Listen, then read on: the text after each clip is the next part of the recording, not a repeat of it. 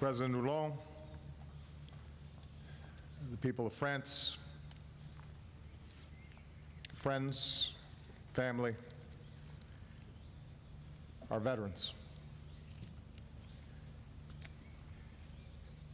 If prayer were made of sound, the skies over England that night would have deafened the world.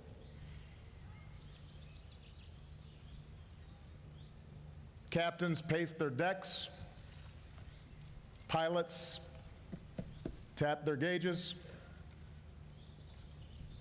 commanders pored over maps, fully aware that for all the months of meticulous planning, everything could go wrong. The winds, the tides, the element of surprise, and above all, the audacious bet that what waited on the other side of the channel would compel men not to shrink away, but to charge ahead. Fresh-faced GIs rubbed trinkets, kissed pictures of sweethearts, checked and rechecked their equipment. God, asked one, give me guts. And in the pre-dawn hours, planes rumbled down runways, gliders and paratroopers slipped through the sky. Giant screws began to turn on an armada that looked more like ships than sea. And more than 150,000 souls set off toward this tiny sliver of sand upon which hung more than the fate of a war, but rather the course of human history.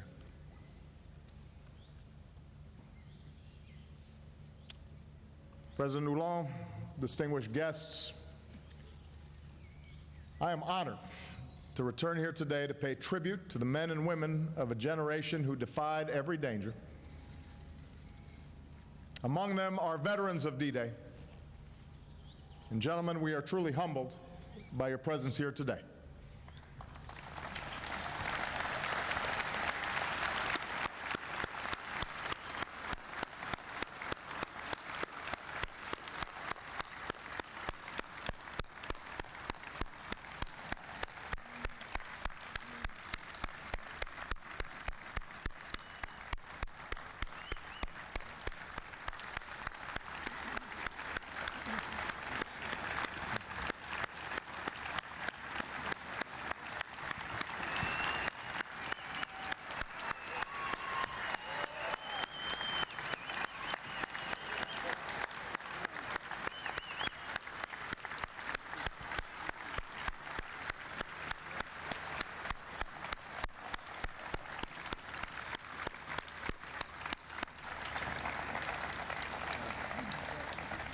Just last week, I received a letter from a French citizen.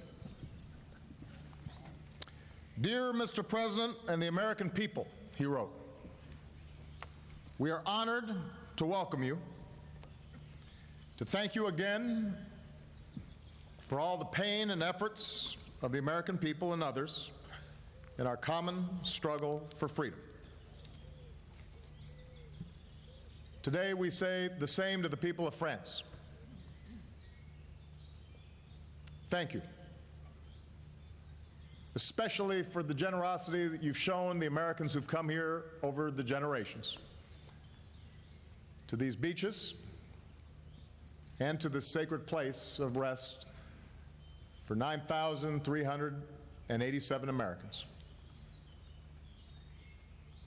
At the end of the war, when our ships set off for America filled with our fallen, tens of thousands of liberated Europeans turned out to say farewell, and they pledged to take care of the more than 60,000 Americans who would remain in cemeteries on this continent. In the words of one man, we will take care of the fallen as if their tombs were our children's. And the people of France, you have kept your word, like the true friends you are. We are forever grateful.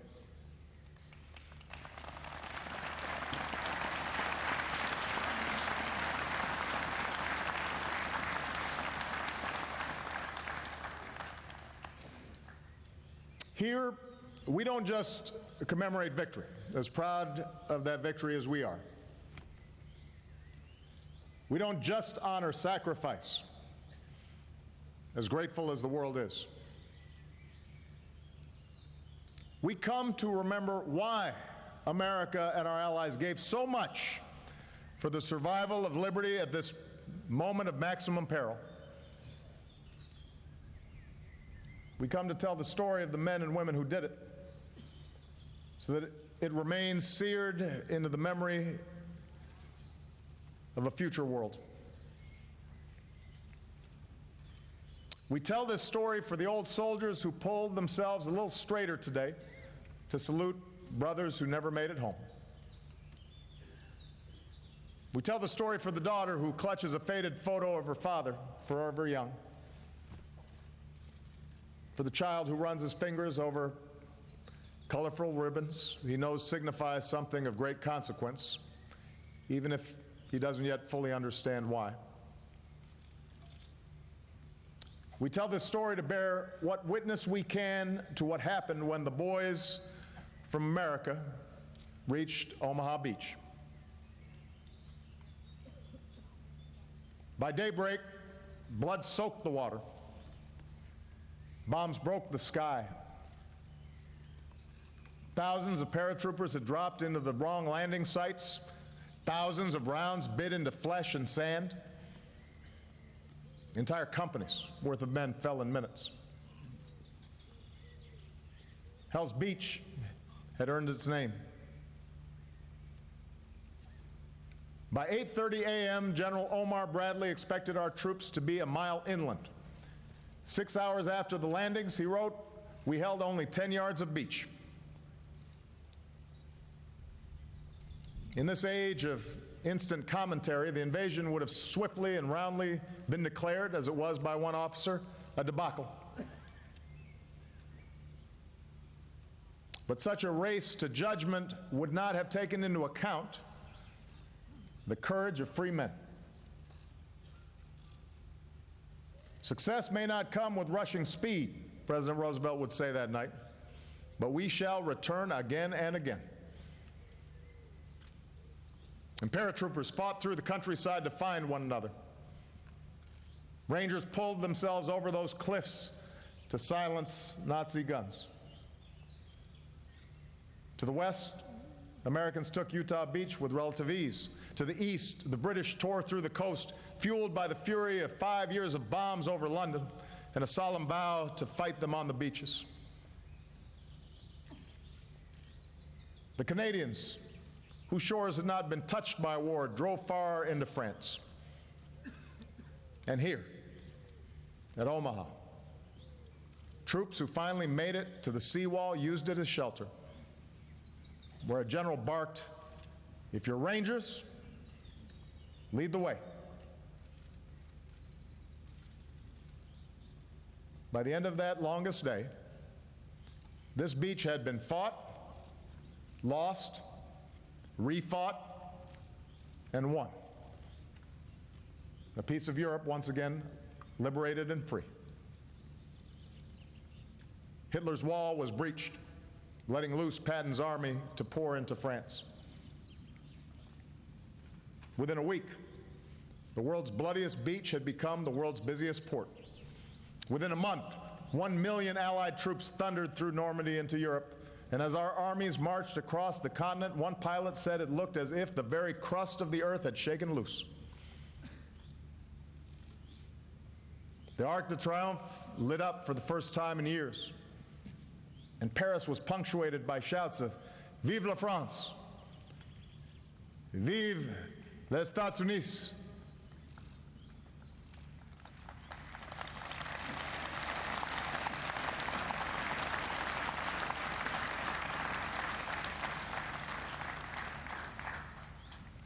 Of course, even as we gather here at Normandy, we remember that freedom's victory was also made possible by so many others who wore America's uniform.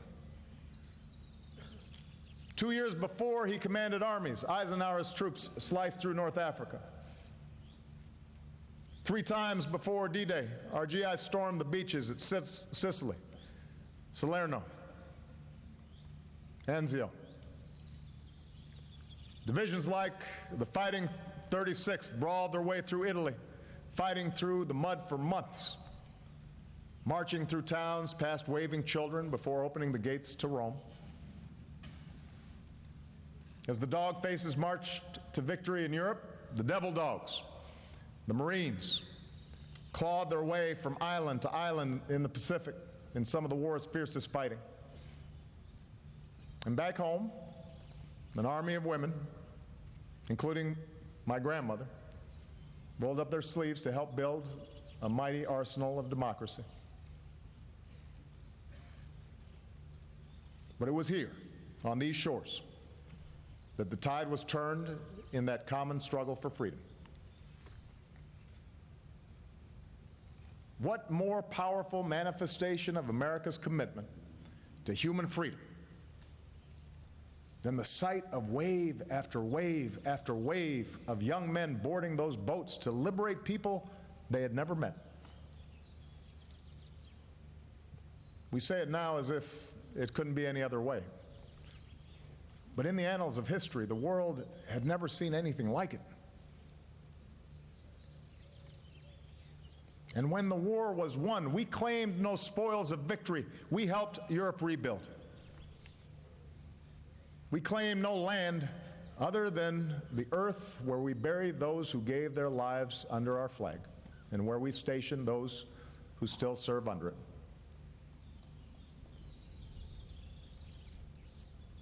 But America's claim, our commitment to liberty, our claim to equality, our claim to freedom and to the inherent dignity of every human being, that claim is written in the blood on these beaches, and it will endure for eternity. Omaha, Normandy, this was democracy's beachhead.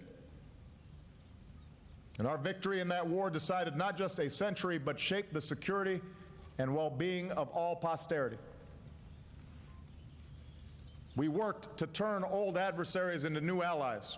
We built new prosperity. We stood once more with the people of this continent through a long twilight struggle until finally a wall tumbled down and an iron curtain too. And from Western Europe to East, from South America to Southeast Asia, 70 years of democratic movements spread. And nations that once knew only the blinders of fear began to taste the blessings of freedom. None of that would have happened without the men who were willing to lay down their lives for people they'd never met and ideals they couldn't live without. None of it would have happened without the troops President Roosevelt called the lifeblood of America, the hope of the world.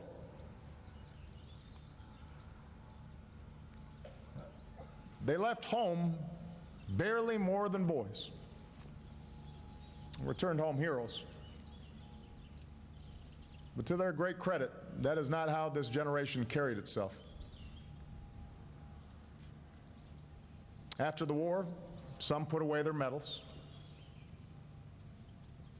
were quiet about their service, moved on.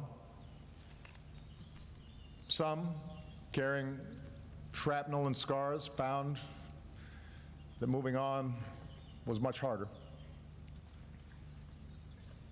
Many, like my grandfather, who served in Patton's army, lived a quiet life, trading one uniform and set of responsibilities for another, as a teacher or a salesman or a doctor or an engineer, a dad, a grandpa. Our country made sure millions of them earned a college education, opening up opportunity on an unprecedented scale. And they married those sweethearts and bought new homes and raised families and built businesses, lifting up the greatest middle class the world has ever known. And through it all, they were inspired, I suspect, by memories of fallen brothers. Memories that drove them to live their lives each day as best they possibly could. Whenever the world makes you cynical, stop and think of these men. Whenever you lose hope, stop and think of these men. Think of Wilson Caldwell, who was told he couldn't pilot a plane without a high school degree, so he decided to jump out of a plane instead. And he did here on D-Day with the 101st Airborne when he was just 16 years old. Think of Harry Kolkowitz, the Jewish son of Russian immigrants, who fudged his age at enlistment so he could join his friends in the fight. And don't worry, Harry, the statute of limitations has expired. Harry came ashore at Utah Beach on D-Day. And now that he's come back, we said he could have anything he wants for lunch today. He helped liberate this coast after all, but he said a hamburger would do fine. What's more American than that? Think of Rock Merritt, who saw a recruitment poster asking him if he was a man enough to be a paratrooper, so he signed up on the spot. And that decision landed him here on D-Day with the 508th Regiment, a unit that would suffer heavy casualties. And 70 years later, it's said that all across Fort Bragg, they know Rock. Not just for his exploits on D-Day or his 35 years in the Army, but because 91-year-old Rock Merritt still spends his time speaking to the young men and women of today's Army and still bleeds OD green for his 82nd Airborne. Whenever the world makes you cynical, whenever you doubt that courage and goodness is possible, stop and think of these men. Wilson and Harry and Rock, they are here today. And although I know we already gave them a rousing round of applause, along with all our veterans of D-Day, if you can stand, please stand. If not, please raise your hand. Let us recognize your service once more. These men waged war so that we might know peace. They sacrificed so that we might be free. They fought in hopes of a day when we no longer need to fight. We are grateful to them.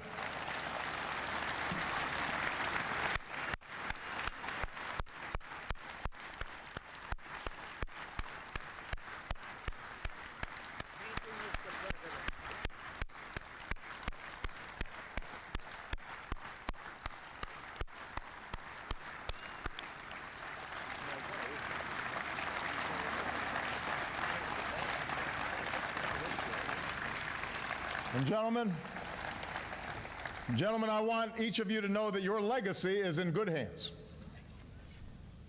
For in a time when it has never been more tempting to pursue narrow self-interest, to slough off common endeavor, this generation of Americans, a new generation, our men and women of war, have chosen to do their part as well. Rock, I want you to know that Staff Sergeant Melvin Cedillo Martin, who's here today, is following in your footsteps. He just had to become an American first, because Melvin was born in Honduras, moved to the United States, joined the Army.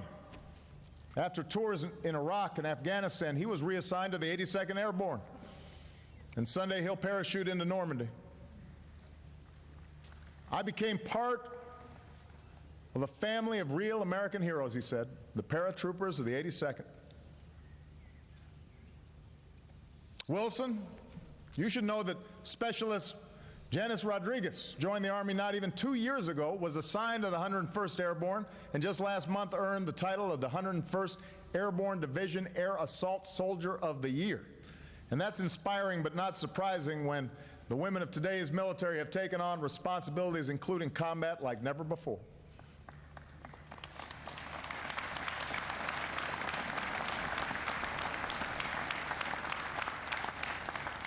I want each of you to know that their commitment to their fellow service members and veterans endures. Sergeant First Class Brian Hawthorne's grandfather served under General Patton and General MacArthur. Brian himself served 2 tours in Iraq, earned the Bronze Star in Baghdad for saving the life of his best friend, and today he and his wife use their experience to help other veterans and military families navigate theirs. And Brian's here in Normandy to participate in Sunday's jump. And here, just yesterday, he re-enlisted in the Army Reserve. And this generation, this 9/11 generation of service members, they too felt something. They answered some call. They said, "I will go." They too chose to serve a cause that's greater than self. Many even after they knew they'd be sent into harm's way. And for more than a decade, they have endured tour after tour. Sergeant First Class Corey Remsburg has served 10. And I've told Corey's incredible story before, most recently when he sat with my wife Michelle at the State of the Union address. It was here at Omaha Beach on the 65th anniversary of D-Day where I first met Corey and his fellow Army Rangers right after they made their own jump into Normandy. The next time I saw him, he was in the hospital, unable to speak or walk after an IED nearly killed him in Afghanistan. But over the past 5 years, Corey has grown stronger, learning to speak again and stand again and walk again. And earlier this year, he jumped out of a plane again. And the first words Corey said to me after his accident echoed those words first shouted all those years ago on this beach: "Rangers, lead the way." So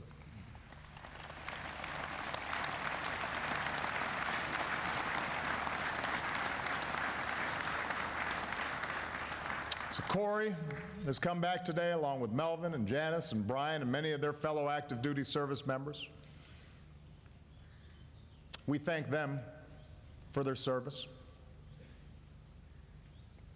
They are a reminder that the tradition represented by these gentlemen continues.